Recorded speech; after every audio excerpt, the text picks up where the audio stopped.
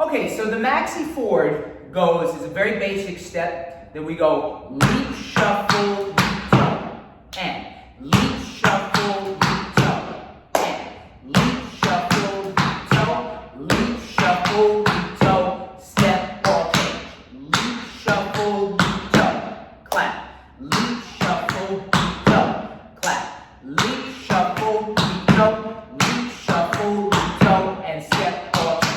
So that's going to be our pattern. So we say 1, we wait. 1, we wait.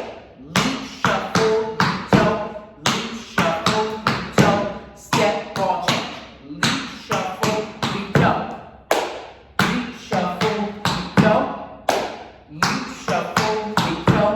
Leap, shuffle, leap, toe, step, ball change.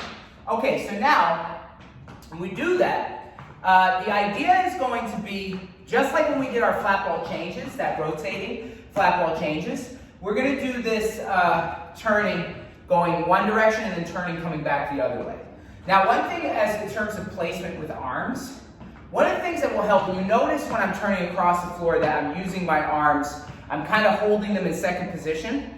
The idea is that this gives you balance. It like helps you. It's like, I guess, the wings of an airplane. If you think like the wings keeps the airplane like balanced in the air, this is the same thing when you're turning. Sometimes if you turn with your arms at your side, it pulls your posture into a weird position. It's not to say that you can't turn with your arms in any kind of position that makes it look nice. It's just like as a starting point, sometimes it's good just to establish, you know, just anything, just to establish your balance, right? And to really, if you feel yourself falling over, this turn is the first turn that you start rotating, like having to rotate like on like one leg. You see how as I do the toe, I have to kind of almost do a little pirouette, quarter rotation pirouette in order to get myself back around. So this is the first time that we're kind of starting to spin on one foot rather than both feet tethered to the ground while we're going to move from the right foot to the left foot, from the right foot to the left foot. So this is the first time that it's going to travel and transfer weight in a very dramatic way in the rotation. So now, if I'm going to go here, the spot happens on one shuffle spot on the leap. As I'm doing the leap, shuffle, that second leap is where my head should spot. So I'm going to say, leap, shuffle, leap, toe, leap, shuffle, leap, toe. Now combine, leap, shuffle, leap, toe, leap, shuffle, leap, toe, flat ball change. Now from here, that flat ball change, I have to use my plie. I'm going to really bend my knees to the left because my momentum is going to be carrying me so heavily to the right that I don't want to fall over, right? So then I'm going to come back and I go leap, shuffle, leap, toe, and leap, shuffle, leap, toe, and leap, shuffle, leap, toe, leap, shuffle, leap, toe, back. This is a very basic turn. If you want to spice it up a little bit, you can always add a grab off to it, which becomes leap, shuffle, pick up, toe. Leap, shuffle, pick up, toe. Leap, shuffle, pick up, toe. Leap, shuffle, pick up, toe, for lap, toe. So with that, if you're not ready for the pickup, just do it regular. It becomes 1 and 1 and 1 for lap.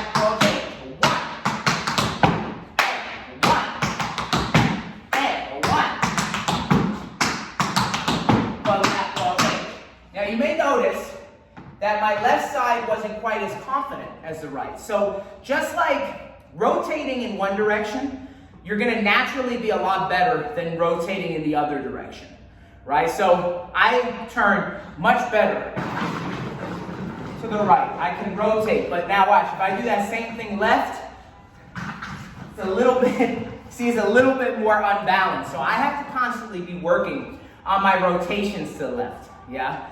So you may find that as this turn may really expose that for you, being like, okay, I really need to work on this one side of my turns. And that's what is helpful about the Maxi Ford turn, is it is a basic in the introduction of transfer of weight, moving in space, and turning. So many complicated things happening at one time that have to perfectly coalesce with your spotting, with the musicality of the music to make the turns read. So when you watch tap dancers like Ann Miller, Eleanor Powell, Gregory Hines was great with turns, Jimmy Slide was great with turns. When you watch these dancers who do magical type turns when they're dancing, it gives you a whole other appreciation for that once you see it. It's a skill that needs to be developed just like any other.